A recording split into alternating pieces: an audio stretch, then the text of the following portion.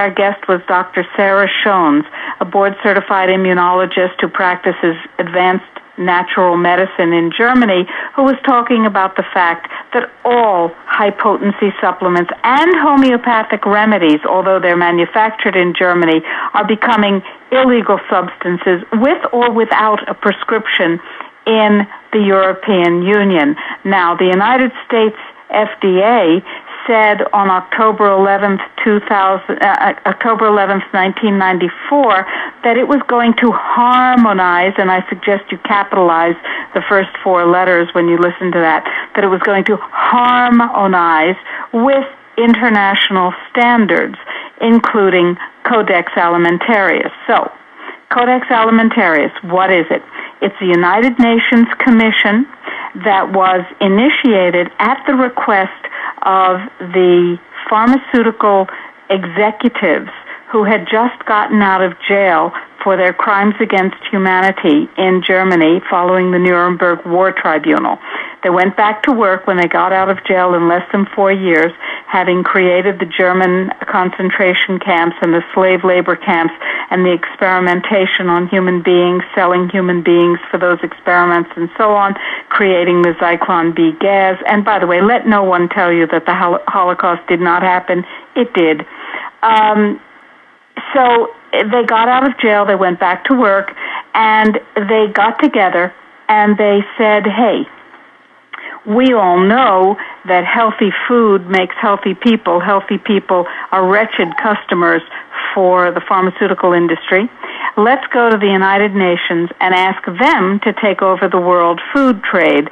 And the United Nations said, okay, and they created the Codex Alimentarius, the World Food Code, in 1962.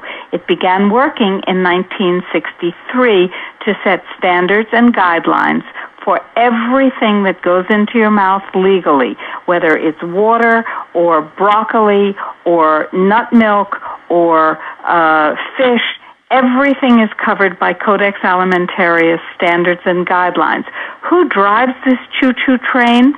Well, it's administered jointly by the World Health Organization. WHO receives more than two-thirds of its funding from the pharmaceutical industry and is a private corporation exactly like the Fed. And its partner in administering it is the Food and Agriculture Organization, FAO, also a private corporation. I don't know where its funding comes from, but I'll bet you it's big agribiz. I'm quite certain of that. So these two organizations fund and administer this international organization, which countries attend, and there's a Codex meeting somewhere on some topic every week around the world, around the year.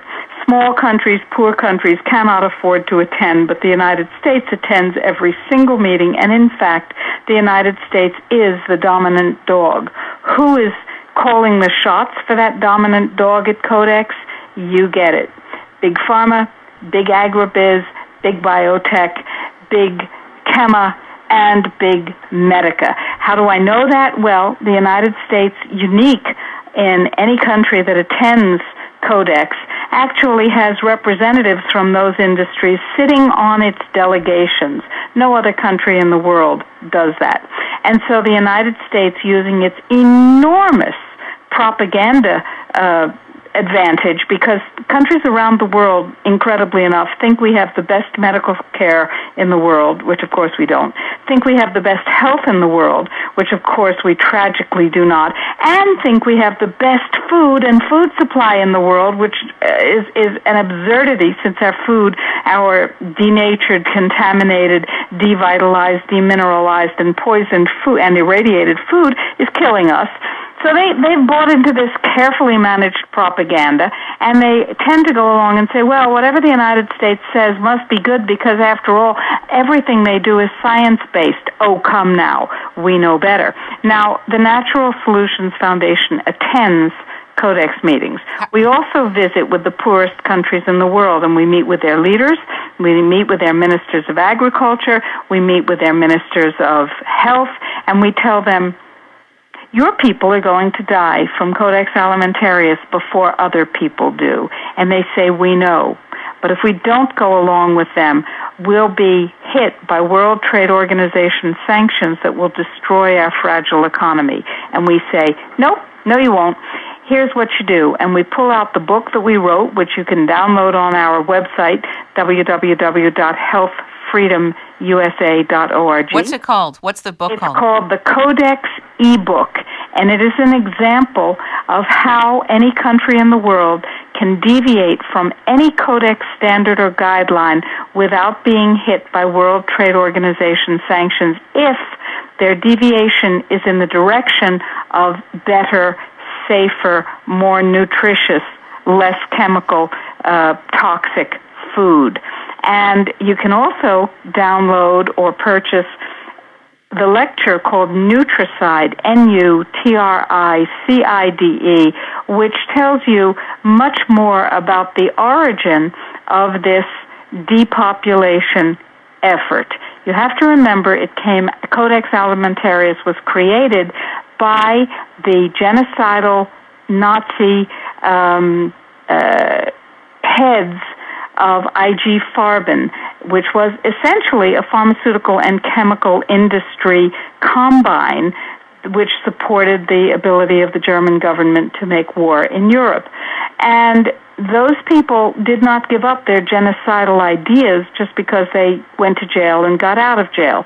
They decided that along with the World Health Organization, which formally and specifically says that a sustainable planet requires 90% of the world's population to be eliminated. That's what Is that verifiable, Doctor? Is that verifiable somewhere? Yes, ma'am. It is verifiable. You can go online and you can read how the World Health Organization defines a sustainable planet. It's a planet that has approximately 500 million people on it. Is that what's called Agenda 21? That's part of Agenda 21. I was informed of this, along with General Stubblebine, by a patient of ours who was the head of state in 2002 and 2003, who told us it is almost time, she said, for the great culling, C-U-L-L-I-N-G, culling to begin. And we said, what are you talking about?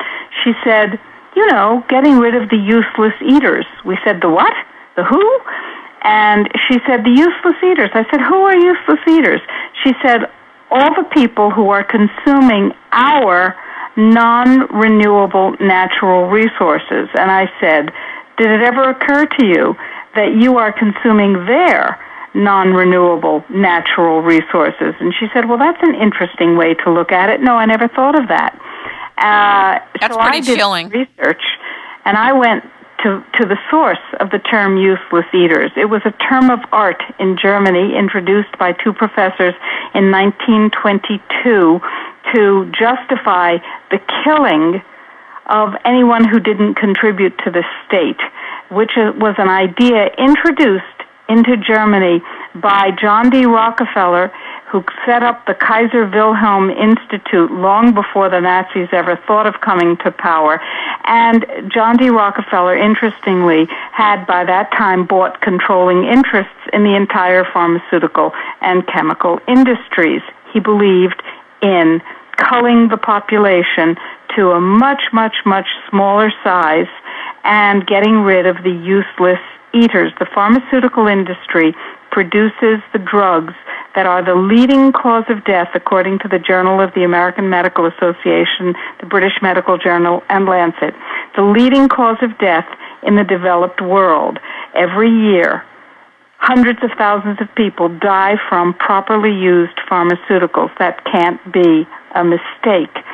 So we're talking about food and drugs all being controlled by the pharmaceutical industry for profit, for continued illness, and for death. I'd like to, before I stop, because other people have a lot to say, I'd like to remind you that in 2003, the FAO and WHO, the organizations that fund and run Codex, put out a joint book, that's a jointly authored book on diet, exercise, and chronic illness.